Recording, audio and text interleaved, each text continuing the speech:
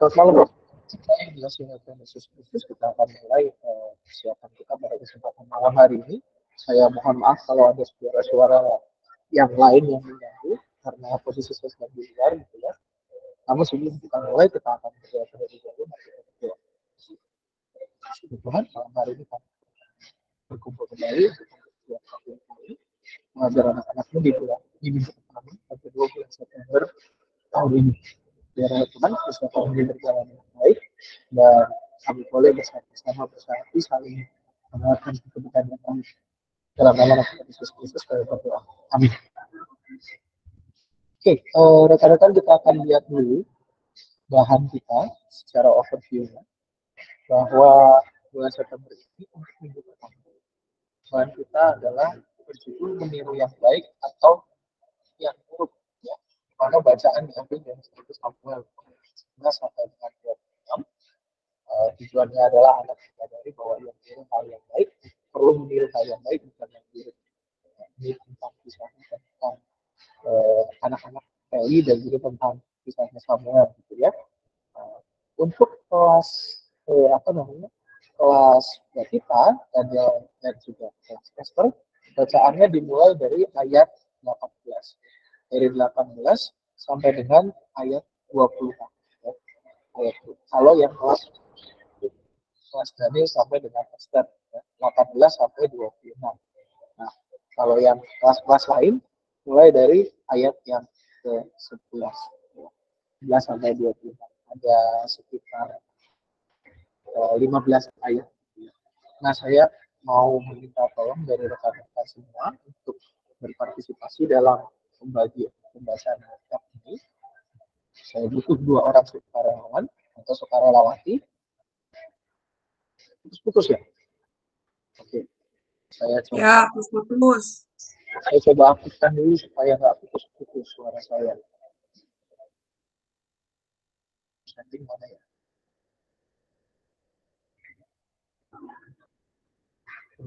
Ini ada yang di sini. Nah, kalau sekarang apakah masih putus-putus? Lebih jelas atau terlalu berisik? Lebih jelas dari yang tadi sih sedikit, Pak. Oh, oke. Oke. Ya, mudah-mudahan putus. Oke, saya butuh 2 orang sukarelawan atau sukarelawati. Yang pertama membacakan ayat 11 sampai dengan ayat 17. Ayat 11 sampai dengan 17. Yang kedua membacakan dari 18 sampai dengan 26.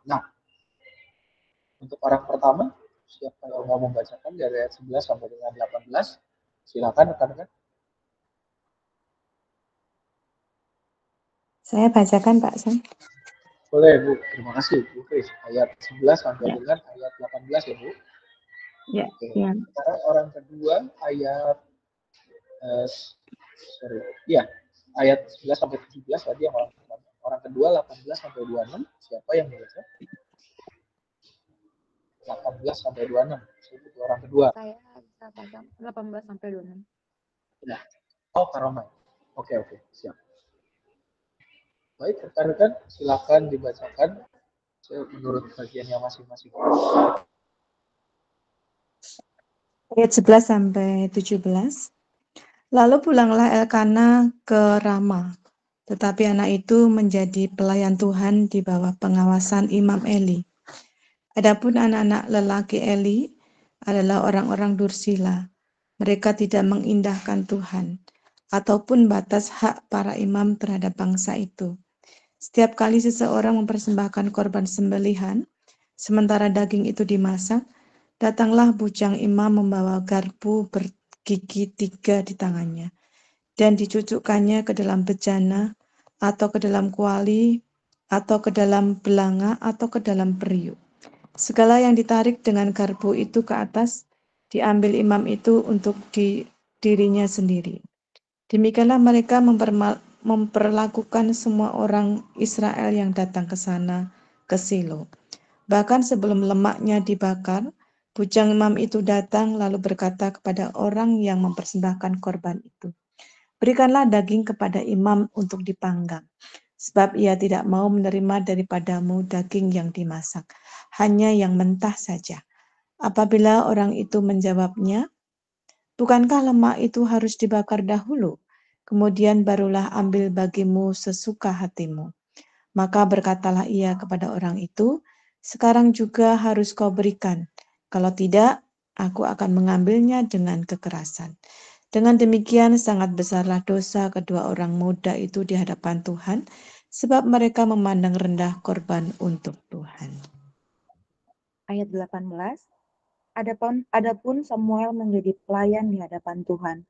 Ia masih anak-anak yang tubuhnya berlilitkan baju efod dari kain lenan. Setiap tahun ibunya membuatkan dia jubah kecil dan membawa jubah itu kepadanya. Apabila ia bersama-sama suaminya pergi mempersembahkan korban sembelihan tahunan. Lalu Eli memberkati Elkana dan istrinya, katanya, Tuhan kiranya memberikan keturunan kepadamu dari perempuan ini pengganti yang telah diserahkannya kepada Tuhan. Sesudah itu, pulanglah mereka ke tempat kediamannya. Dan Tuhan mengindahkan Hana sehingga ia mengandung dan melahirkan 3 anak laki-laki dan 2 anak perempuan lagi. Sementara itu, makin besarlah Samuel yang muda itu di hadapan Tuhan. Eli telah sangat tua apabila didengarnya segala sesuatu yang dilakukan anak-anaknya terhadap semua orang Israel dan bahwa mereka itu tidur dengan perempuan-perempuan yang melayani di depan pintu kemah pertemuan, berkatalah ia kepada mereka, mengapa kamu melakukan hal-hal yang begitu sehingga kudengar dari segenap bangsa ini tentang perbuatan-perbuatanmu yang jahat itu? Janganlah begitu, anak-anakku. Bukankah kabar baik yang kudengar itu bahwa kamu menyebabkan umat Tuhan melakukan pelanggaran? Jika seseorang berdosa terhadap seorang yang lain, maka Allah akan mengadili. Tetapi jika seseorang berdosa terhadap Tuhan, siapakah yang menjadi perantara baginya? Tetapi tidaklah didengarkan mereka perkataan ayahnya itu, sebab Tuhan hendak mematikan mereka. Tetapi Samuel yang muda itu semakin besar dan semakin disukai, baik di hadapan Tuhan maupun di hadapan manusia. Demikian firman Tuhan. Ya, terima kasih rekan-rekan. Kalau kita lihat sebenarnya dari pembacaan ini merupakan kisah di mana Samuel ini hendak dipanggil, gitu ya. Kisah yang memaparkan tentang bagaimana anak-anak Eli itu melakukan kejahatan. Banyak sekali kejahatan yang mereka lakukan. Kalau kita lihat di sini mulai dari mencuri, ya. Mencuri apa? Mencuri korban sembelihan. Ya. Ketika daging dimasak diambil, harusnya bukan menjadi apa yang mereka lakukan pada saat itu, tetapi mereka melakukan. Apalagi sebelum lemaknya dibakar, mereka sudah duluan. Jadi hati kita yang membuat dengan sangat besar lah kedua orang muda itu di hadapan Tuhan. Sebab mereka memandang rendah korban. Jadi inti dari kesalahan anak-anak Eli ya, bahwa mereka itu tidak menghargai pemberian. Kalau kita ingat ini masih ada kayak korelasi sedikit lah dengan kisah di mana Tuhan menolak korban. Tetapi walaupun tidak ada korelasi yang di mana pada saat ini kita bisa lihat sebagai seorang Tuhan, mereka harusnya, apalagi keturunan Tuhan, gitu, harusnya mereka menjadi contoh di tengah masyarakat Israel. Tetapi yang terjadi justru mereka tidak menjadi contoh. Ya. Nah ini berbanding terbalik dengan calon pemimpin dari mereka yang bernama Samuel. Dia walaupun masih anak-anak, itu dibuatkan, nah ini juga kita lihat di sini menjadi penting. Pada setiap tahun ibunya membuatkan dia jubah kecil dan membawa jubah itu kepadanya. Jadi sejak kecil kalau kita lihat Samuel ini sudah dilatih oleh ibunya untuk memiliki karakter ataupun personal branding sebagai seorang imam. Itulah yang nanti menolong Samuel untuk menjadi imam yang total karena apa, dia sudah dilatih sejak kecil gitu ya. Nah ini berbanding terbalik dengan yang tadi anak imam dengan orang lain yang bukan anak imam. Justru karakter kehidupannya lebih baik walaupun dia bukanlah seorang keturunan imam, tetapi di situ Samuel justru menunjukkan kualitas hidup yang menunjukkan seperti seorang imam, menunjukkan hal yang baik. Perbedaan sifat perilaku antara Hoki dan Pinehas dengan Samuel ini sangat begitu jelas yang membuat apa? Yang membuat dia semakin besar, semakin disukai, baik di hadapan Tuhan maupun di hadapan manusia.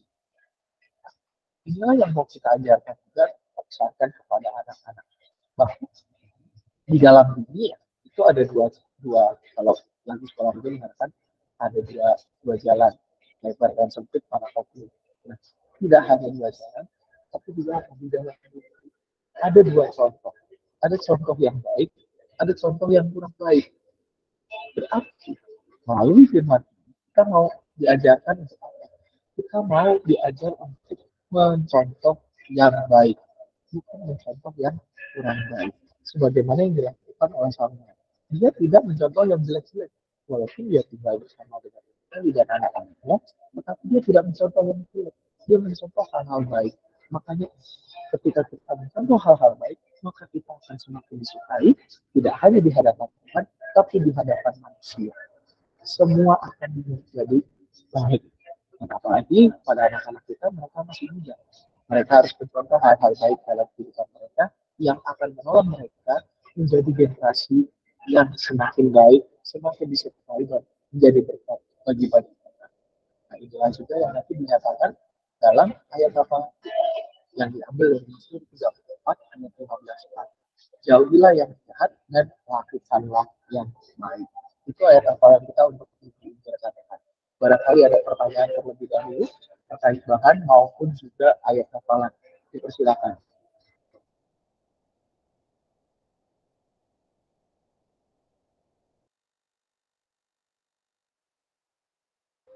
Ada pertanyaan berikutnya, rekan-rekan? Atau semuanya aman?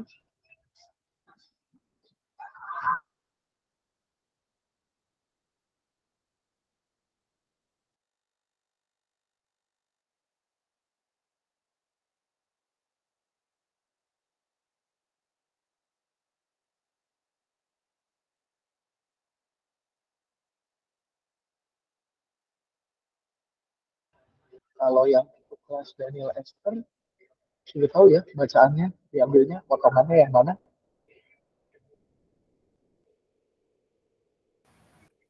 Sudah, Pak. Oh, siap-siap, Bu. Sip. Ada yang mau ditambahkan rekan-rekan sebelum kita masuk ke aktivitas? Ya. Ada yang mau ditambahkan rekan-rekan sebelum kita masuk ke aktivitas? Oke, kalau tidak ada tambahan, kita masuk di bagian aktivitas. Nah, kalau kita lihat di sini aktivitasnya cukup ini ya, kalau yang kelas Daniel Esper sudah terintegrasi dalam cerita Alkitab. Ya, dipakai yang ini apa namanya, yang tentang detektif cilik ya di sini gitu ya, ada gambar-gambar.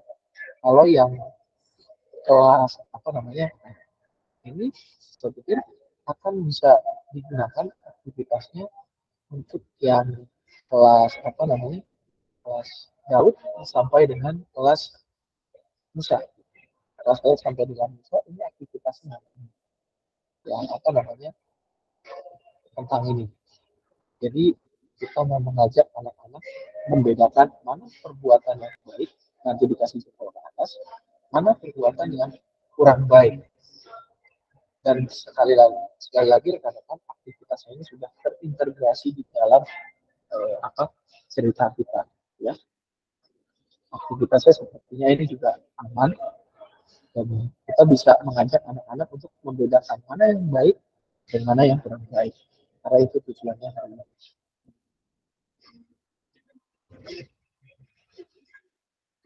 Bisa ya rekan-rekan untuk aktivitasnya aman ya?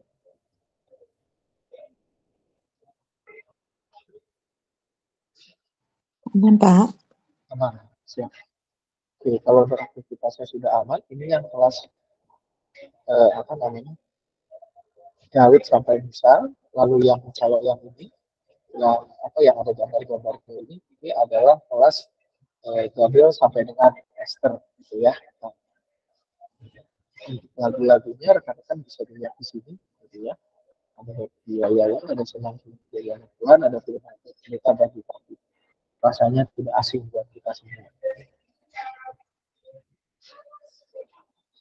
Begitu, rekan-rekan, apakah ada yang kesulitan untuk lagu-lagu?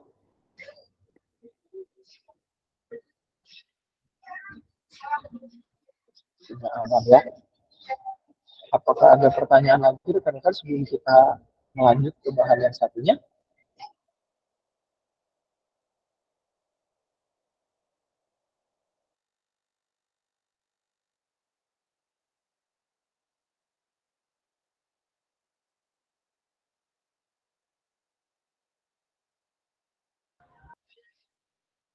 Ada tambahan kan rekan-rekan sebelum kita lanjut?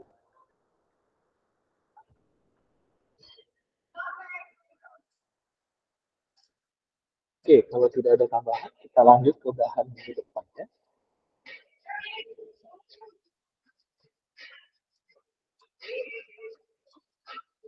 Ya, ini ya. Minggu depannya ini adalah temanya berani menyuarakan firman Tuhan. Bacaan Samuelnya itu cukup panjang. Kalau menurut bacaan ini ada 1 Samuel 3 ayat 1 sampai 4 ayat 1a. Satu pasal dibacakan semua. Tapi setelah saya cek untuk inti ceritanya, kita nggak ambil sepanjang itu. Jadi pembagiannya rekan-rekan untuk yang kelas Daniel sampai dengan Esther itu akan membaca dari ayat 15 sampai dengan ayat 19. Kelas Esther itu dari ayat 15 sampai dengan ayat 19. Itu untuk kelas Daniel sampai dengan Esther dari 15 sampai dengan 19. Kelas-kelas yang lebih besar itu dari ayat 1 sampai dengan ayat yang ke 19. Ya. Ayat 1 sampai dengan 20 untuk semua kelas. Bukan untuk semua kelas. Untuk kelas Daud sampai dengan kelas Musa. Ya. Daud sampai Musa 1 sampai 20. Lalu kalau untuk Daniel Esther itu 15 sampai 19. Karena bacaannya cukup panjang, rekan-rekan, kita akan mendengarkan pembacaannya supaya lebih mudah untuk kita mendapatkan penggambaran bagian ini, sebuah bagian Alkitab yang tidak asing buat kita semua.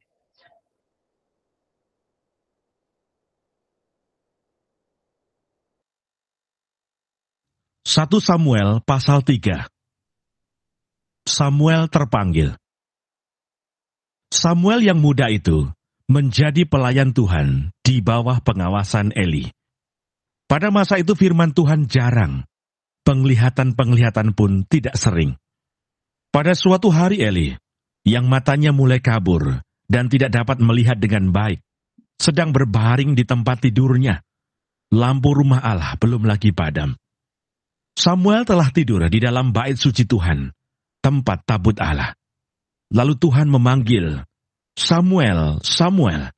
Dan ia menjawab, "Ya Bapa."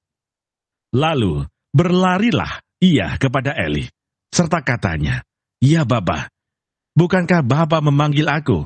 Tetapi Eli berkata, "Aku tidak memanggil, tidurlah kembali." Lalu pergilah ia tidur. Dan Tuhan memanggil Samuel sekali lagi. Samuel pun bangunlah, lalu pergi mendapatkan Eli serta berkata, "Ya Bapa, bukankah Bapa memanggil aku?" Tetapi Eli berkata, "Aku tidak memanggil anakku, tidurlah kembali." Samuel belum mengenal Tuhan. Firman Tuhan belum pernah dinyatakan kepadanya. Dan Tuhan memanggil Samuel sekali lagi untuk ketiga kalinya. Ia pun bangunlah, lalu pergi mendapatkan Eli serta katanya, "Ya Bapa, bukankah Bapa memanggil aku?" Lalu mengertilah Eli bahwa Tuhanlah yang memanggil anak itu. Sebab itu berkatalah Eli kepada Samuel, "Pergilah tidur. Dan apabila ia memanggil engkau, katakanlah, 'Berbicaralah Tuhan, sebab hamba-Mu ini mendengar.'" Maka pergilah Samuel dan tidurlah ia di tempat tidurnya. Lalu datanglah Tuhan berdiri di sana dan memanggil seperti yang sudah-sudah, "Samuel, Samuel." Dan Samuel menjawab, "Berbicaralah, sebab hamba-Mu ini mendengar." Lalu berfirmanlah Tuhan kepada Samuel, "Ketahuilah, aku akan melakukan sesuatu di Israel, sehingga setiap orang yang mendengarnya akan bising kedua telinganya. Pada waktu itu, aku akan menepati kepada Eli segala yang telah kufirmankan tentang keluarganya, dari mula sampai akhir. Sebab telah kuberitahukan kepadanya bahwa aku akan menghukum keluarganya untuk selamanya, karena dosa yang telah diketahuinya, yakni bahwa anak-anaknya telah menghujat Allah, tetapi ia tidak memarahi mereka. Sebab itu aku telah bersumpah kepada keluarga Eli, bahwa dosa keluarga Eli takkan dihapuskan dengan kurban sembelihan atau dengan kurban sajian untuk selamanya." Samuel tidur sampai pagi. Kemudian dibukanya pintu rumah Tuhan. Samuel segan memberitahukan penglihatan itu kepada Eli. Tetapi Eli memanggil Samuel, katanya, "Samuel anakku." Jawab Samuel, "Ya Bapa." Kata Eli, "Apakah yang disampaikannya kepadamu? Janganlah kau sembunyikan kepadaku. Kiranya beginilah Allah menghukum engkau, bahkan lebih lagi daripada itu, jika engkau menyembunyikan sepatah kata pun kepadaku dari apa yang disampaikannya kepadamu itu." Lalu Samuel memberitahukan semuanya itu kepadanya, dengan tidak menyembunyikan sesuatu pun. Kemudian Eli berkata, "Dia Tuhan, biarlah diperbuatnya apa yang dipandangnya baik."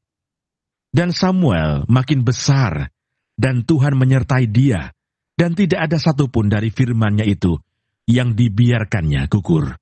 Maka tahulah seluruh Israel, dari Dan sampai Berseba, bahwa kepada Samuel telah dipercayakan jabatan Nabi Tuhan. Dan Tuhan selanjutnya menampakkan diri di Silo, sebab ia menyatakan diri di Silo kepada Samuel dengan perantaraan firman-Nya. Ya, demikianlah firman Tuhan yang menjadi landasan kita. Nah, rekan-rekan juga saudara Yesus Kristus, ini adalah cerita di mana Samuel dipanggil oleh Tuhan.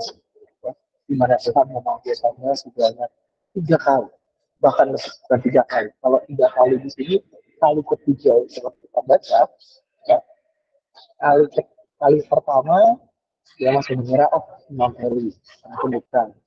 Lalu juga apa? Ketika kali pertama kan nggak manggil, lalu kali kedua masih juga nggak kenal. Kali ketiga belum respon juga. Jadi sebenarnya ada 4 kali kita memanggil Samuel dalam peristiwa ini sebelum Samuel menjawab seperti yang difirmankan oleh Imam Eli. Berbicaralah sebab Samuel. Nah, apa yang mau disampaikan oleh kita? Yaitu tentang hukuman kepada Imam Eli atas kejahatan-kejahatan. Kalau kita lihat kejahatan apa? Kejahatan yang dilakukan oleh anak-anak. Dibahas di minggu yang lalu, di minggu pertama.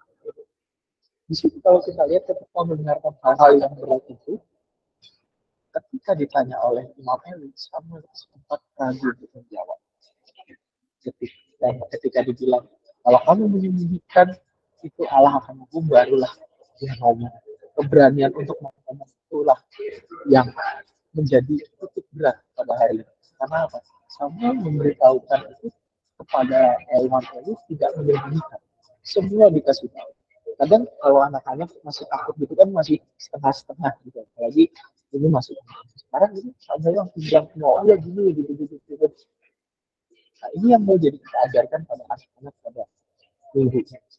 Dimana lewat cerita panggilan Samuel, kita mau mengajak anak-anak itu berani menyuarakan firman Tuhan.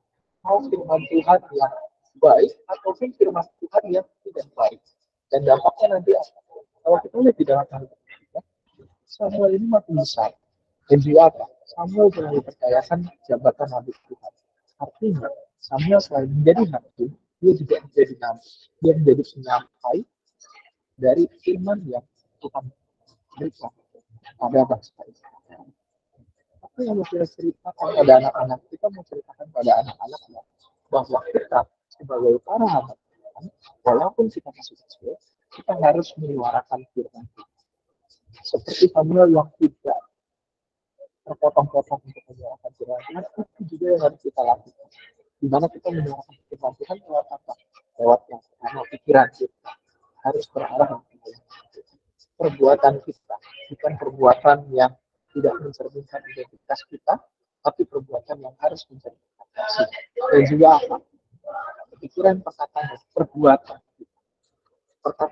Perkataan kita gimana caranya, perkataan yang mendatangkan kebaikan, perkataan yang mendatangkan kedamaian, bukan perkataan-perkataan yang isi cemoohan, berisi bully, atau bahkan berisi kekerasan. Harus perkataan-perkataan yang mendatangkan kasih. Nah, ini yang juga menjadi tekanan kita pada minggu kita menggunakan anak-anak sebagai hamba Tuhan. Walaupun kita masih muda, kita harus punya kualitas hidup yang baik karena orang akan melihat identitas kita sebagai hamba Tuhan. Nah, ini yang juga nanti dinyatakan di dalam ayat hafalan kita, diambil dari 2 Timotius 4 ayat 2. Untuk kelas Daniel sampai dengan Daud, ini yang bagian A. Jadi sampai di waktunya saja. Beritakanlah firman, siap sedialah baik atau tidak baik waktunya. Untuk kelas Yehezkiel sampai dengan Musa, ini yang full. Katakanlah apa yang salah, tegurlah dan nasihatilah dengan segala kesabaran dan pengajaran. Ini yang menjadi, kalau saya tadi pagi mengutip bahasanya Pendeta Setiahadi dalam sambutannya, ini yang menjadi kristalisasi dari inti pelajaran kita pada minggu ini. Itu rekan-rekan untuk materi minggu kedua. Barangkali ada yang mau menambahkan atau mau bertanya, dipersilakan. Jadi yang kelas kecil A ya Pak? Ya sih, kelas Daniel sampai Daud. Itu yang A, sampai baik atau tidak baik waktunya. Sampai di situ saja.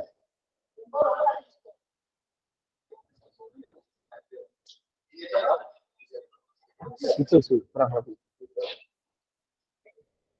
Oke sih, ada lagi? Aman sih, email? Ya Pak. Sip. Rekan-rekan yang lain gimana? Aman?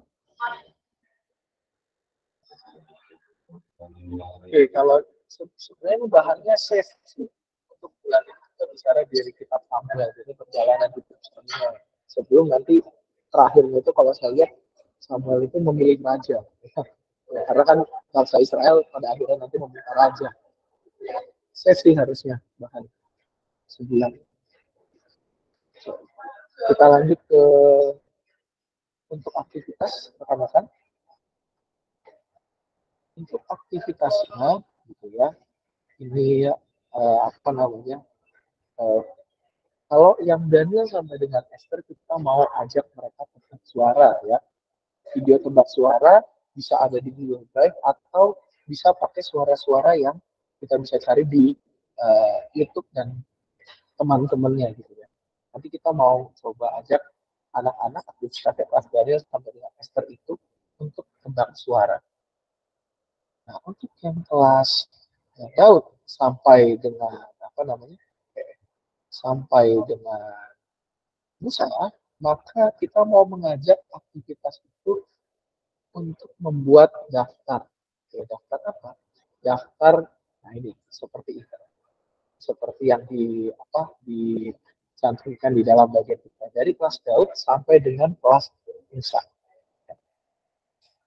Daftar teguran. Ini langkah-langkahnya ada di sini. Menentukan siapa yang mau dilalui, terus juga untuk ini nanti tegurannya ada di sini. Ya, tegurannya bisa pakai yang di sini, atau nanti kita tambahin hal-hal yang sesuai dengan kebutuhan. Untuk aktivitas rekan-rekan aman, khususnya untuk yang kelas batita tebak suara, bisa kan ya anak-anak ya?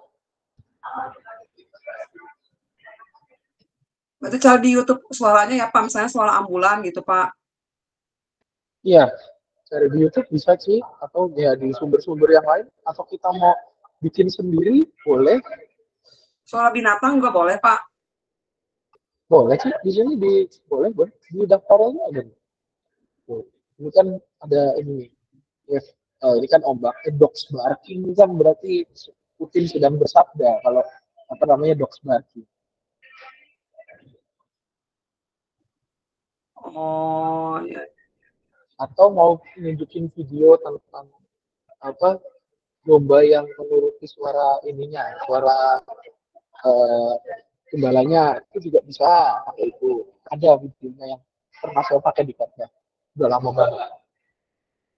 Oh, tebak suara aja lah. Nanti saya cariin kalau itu aktivitas Boleh, kelas. boleh, boleh. Ini yang kelas Daud sampai Esther ya, tebak suara ya, Daud sampai Esther. Kalau Daud sampai dengan Musa, Daniel, Pak. Daniel. Daniel Esther, sorry. Ya, Daniel Esther, sorry, saya salah. Daniel Esther tebak suara, lalu kalau yang Daud sampai Musa, aktivitasnya yang ini ya, main saling menegur. Teguran. Ya, main saling tegur menegur gitu ya, tapi ada ini nanti bertukar peran. Akhirnya nanti mereka saling memaafkan lah satu dengan yang lain, jangan menegur terus gitu ya. Setelah selesai kayak Pak Puji nanti, ayo salaman, saling memaafkan gitu. Oke, ini untuk aktivitas. Kalau tidak ada masalah kita lanjut ke lagu-lagu pujian yang disarankan. Lagu-lagu pujiannya ada di sini. Nah, firman Tuhan ada di hatiku, dengan dia panggil nama saya, bersaksi terus sampai Tuhan datang. Safe sih harusnya lagunya, tidak terlalu banyak yang aneh-aneh. Oke, rekan-rekan, apakah ada tambahan sebelum kita selesaikan persiapan ini?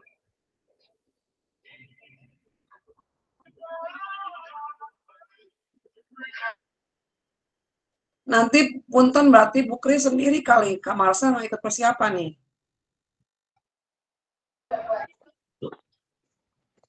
Baik, baik, baik. Siap ya. Sanggup, Bu Kristiawati? Kuat, Bu? Kalau enggak ini ikut persiapan, siapa Pak ini Pak? Ada siapa? Ada Mona atau siapa gitu bisa bantu kali? Boleh, kita nanti kan diatur jadwalnya supaya mereka bisa seling seminggu gitu ya. Minggu ini siapa, minggu depan siapa. Soalnya 2 minggu ini berarti nggak ada yang liturgos di Musa. Karena Kak Marsha nggak ikut ibadah. Ikut persiapan.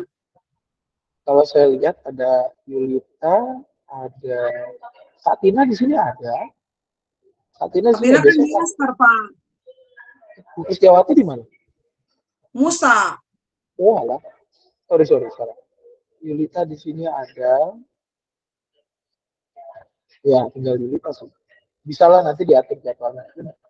Latihannya minggu kedua. Tadi ada Riana Santa. Riana. Masuk San. Hilang. Nggak ada, udah nggak ada lagi, Bu. Kayaknya hilang sih. Udah nggak ada lagi. Tadi saya ada Riana gitu. Karena saya admit Riana sama Mona ada, tapi hilang. Sekarang hilang.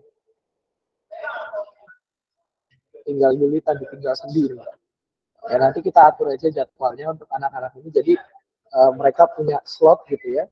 Satu orang itu punya slot 1 minggu gitu ya. Jadi kalau misalnya minggu ini Yulita, berarti minggu depannya Yulita nanti yang lain yang menggantikan mereka, slotnya seminggu gitu. Saya lagi coba aturin sehingga untuk minggu kedua sudah. Jadi waktu pertama Yulita ya Pak, bareng Bu Kris bisa. Pertama. Ini kan yang dibahas minggu kedua. Minggu pertama mungkin nanti kita coba konsolidasi antara Mona atau si Riana. Tinggal mereka switch aja salah satu. Jadi untuk minggu kedua si siapa namanya sih? Kalau tadi saya lihat memang minggu pertama masih ada Mona sama Riana. Nanti mereka switch salah satu. Kalau yang bertahan sampai di minggu kedua ini adalah Yulita. Jadi minggu kedua nanti suatu Yulita. Nanti kita atur aja lah.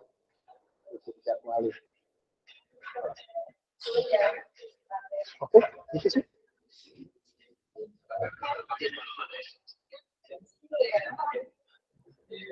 Ada tambahan rekan-rekan sebelum saya closing dan jadwal selanjutnya?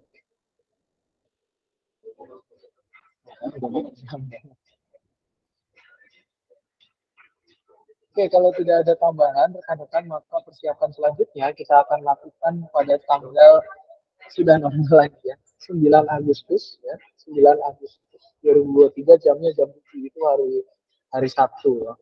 Ini saya mohon maaf hari Minggu selama minggu ini karena memang hari Sabtunya agak beberapa kali full, dan ini juga saya lupa menghitung bahwa saya di luar kota, tapi puji Tuhan ada teknologi yang memungkinkan kita untuk melakukan persiapan.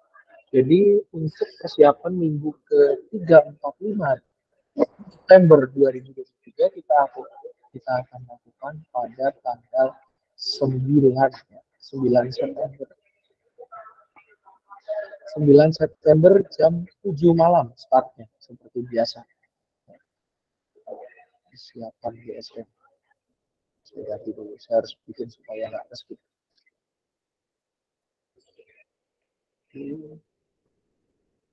Ya. Jadi tanggal 9 kita akan kembali persiapan untuk minggu 3, 4, dan 5 karena ternyata ada 5 hari untuk bulan September ini. Oke, rekan-rekan, kalau sudah tidak ada lagi kita akan tutup persiapan ini. Mungkin saya minta tolong dengan kasih Kak Romai bisa pimpin doa tutup. Monggo Kak Romai. Bisa? Mari kita berdoa. Ya Tuhan, kami mengucap syukur untuk setiap hal yang boleh terjadi dalam hidup kami. Kami bersyukur untuk hari ini Tuhan, di mana Engkau mengizinkan dan memberikan kami waktu untuk bersama-sama membahas firman-Mu, mempersiapkan setiap kami yang akan terlibat dalam pelayanan sekolah minggu Tuhan. Tuhan kiranya terus memperlengkapi kami dan melayakkan kami dalam melayani anak-anak yang Tuhan percayakan untuk kami layani di sekolah minggu GKI Cicurug. Tuhan, kiranya apa yang kami lakukan semua hanya untuk kemuliaan nama-Mu. Terima kasih Tuhan Yesus, dalam nama-Mu kami berdoa dan mengucap syukur. Amin. Amin. Terima kasih rekan-rekan. Sampai ketemu lagi di minggu depan di tanggal 9 kita akan persiapan lagi. Terima kasih berkati kita semua. Selamat malam, selamat beristirahat. Terima kasih. Selamat malam semua kakak-kakak. Terima kasih kakak-kakak.